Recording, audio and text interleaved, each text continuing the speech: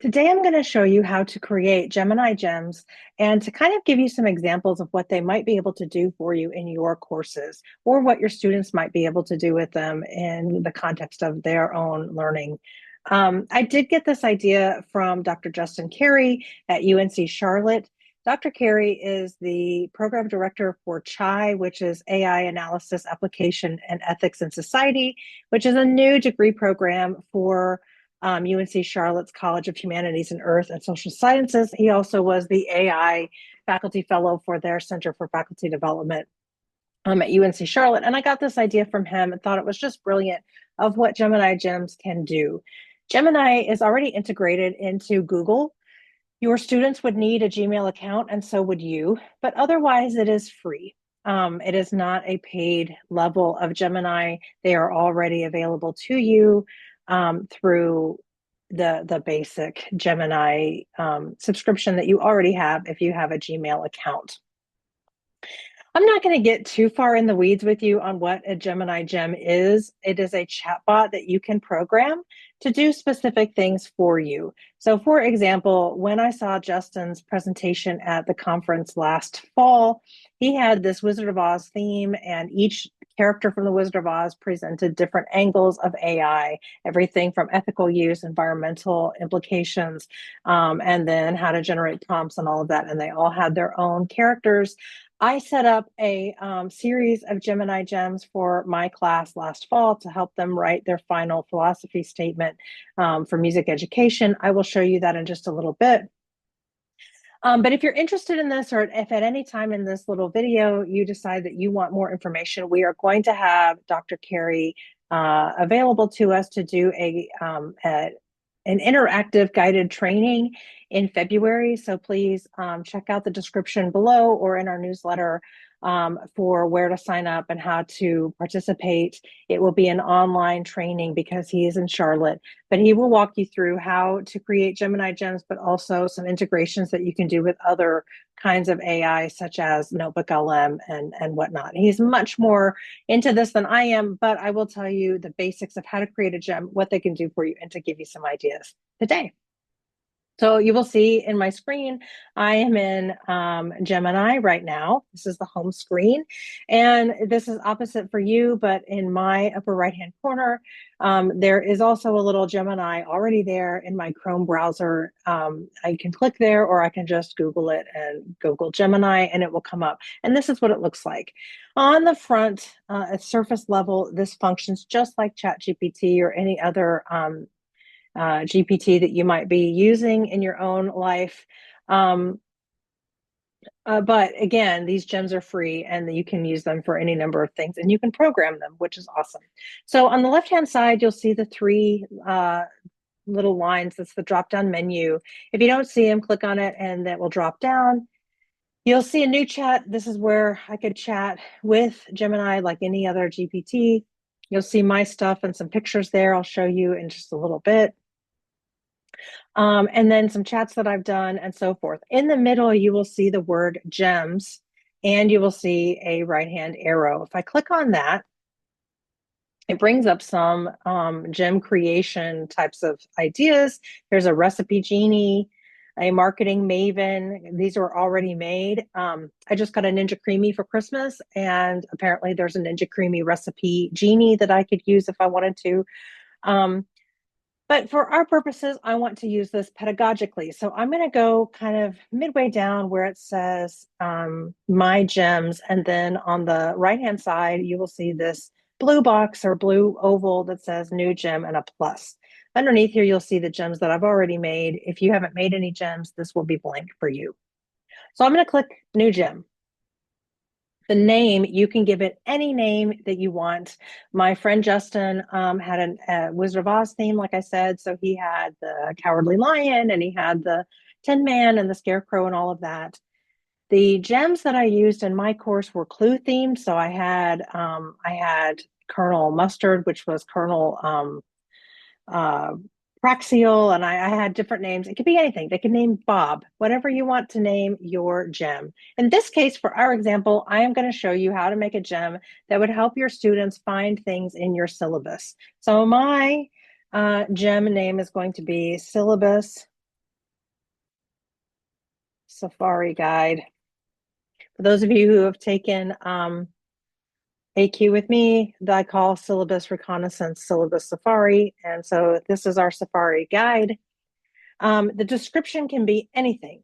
This is what your students would interface with. If you'll see on the right, it's the preview. On the right here, it says syllabus Safari guide.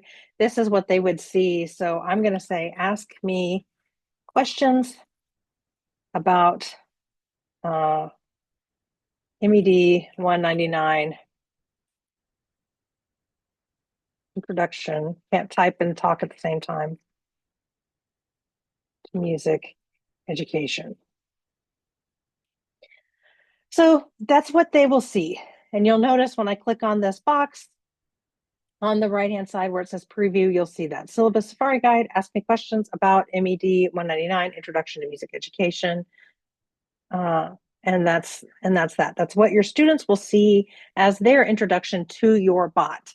Now, for instructions, this is where you tell your bot what it can do, what it should act like, and what it cannot do. So for example, if you want your bot to crack jokes, if you want it to have a dry sense of humor, if you want it to be very scholarly, if you want it to argue or debate with your students, this is where you tell the bot how it is going to interact with its user.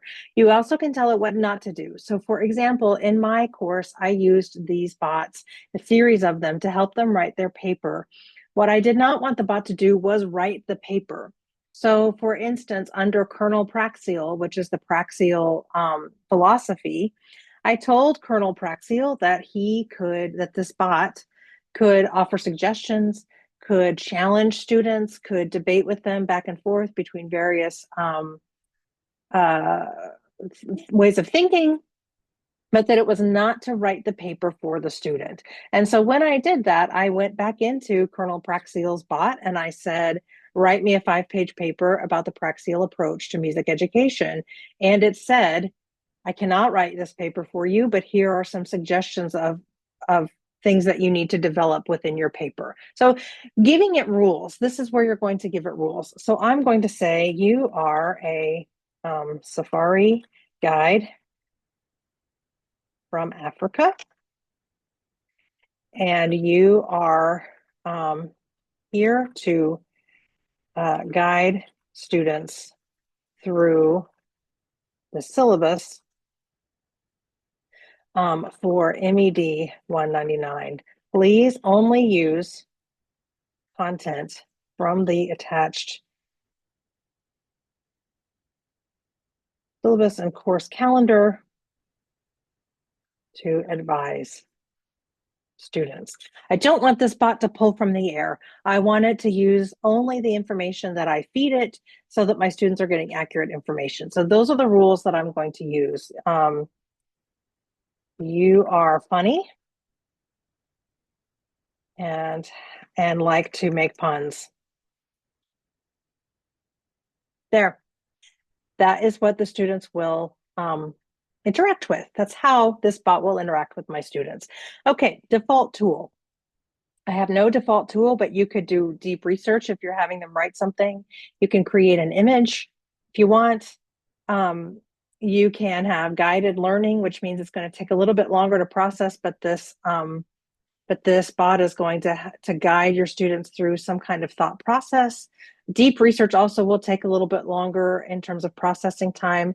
One word of caution to you here, Canvas here does not mean our LMS system. Canvas means that it's more of an interactive like dialogue with you. And so you and the bot will have like the same workspace kind of thing, I think. But it is not an LMS integration. If you want to integrate this with Canvas, then what you would do is copy and paste the URL from this Gemini gem into your Canvas shell, but it does not automatically sync. So that is not the same word usage there. And then lastly here, I'm going to say no default tool. I don't really care. Knowledge. The knowledge is where you attach the kinds of documents that you want in order to train this bot to do what you want it to do. So I'll push the plus sign. You can upload files. You can add from your drive. Word of caution here. If you have your documents in your Google Drive, make sure that you have them listed as public, because if you have the security locked down on your drive, the students will not be able to access it here. So you have to make sure that the permissions are available across all of your different Google platforms.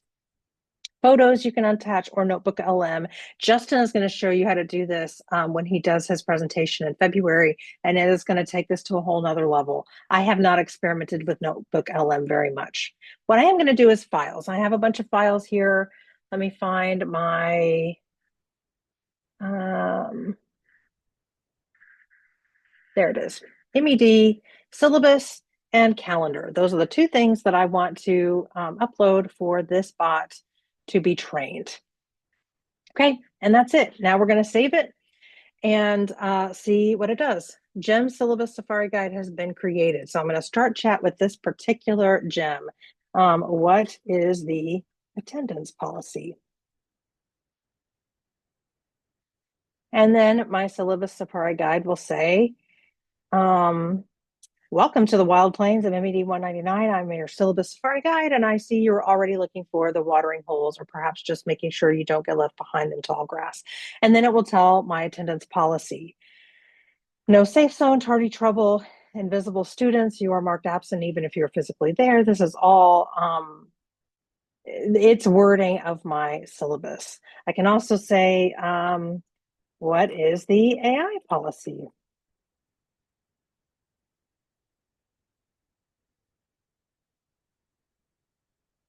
And it's thinking about it.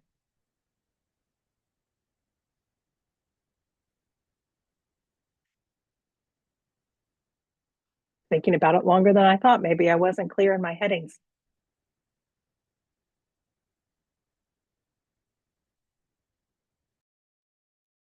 So you will see, I'm going to move on for the moment because this is taking longer than I want or expected. Oh, there we go. There we go. It is outlining my AI policy for the students. So let me show you what I did for my class, just to show you what's possible. I uploaded these into Padlet just for the creativity part of it. I made a clue board because I love the game Clue and I wanted this to be a little bit fun. So clues to writing a personal philosophy paper. So I have Professor Praxiel, the Praxiel Guide. I have Kernel Utility, Miss Aesthetica. These are, excuse me, these are the philosophical outlooks that we looked at in class and read about. Mrs. Wright has all of the parameters of the assignment uploaded so students can check their paper against the criteria for the assignment. Mr. APA obviously is an APA checker. And then lastly, Mr. Grammar. All of them have been programmed with my syllabus, my course calendar, and any pertinent readings about these approaches and what I wanted students to be able to do or articulate. And then they also have the parameters of the assignment. So a student could drag and drop their paper into Mrs. Wright and check to see if they've met the parameters of the assignment, or they could go to Mr. Grammar and have the grammar check their paper. I did program it so that none of these would do the writing for the student, so it will only offer suggestions. Or they can refine their outlook on these different methods and approaches up here. So this is how I've used Gemini Gem. If you're interested at all in learning more about it or having some playtime, please join us in February for our guest speaker, Dr. Justin Carey from UNC Charlotte. More information will be in the description box below and in our newsletter, and I'm sure in all other kinds of CFD rollout. Happy playing, and please let me know if you have any questions or if I can help you set up your gems for student success. Thanks.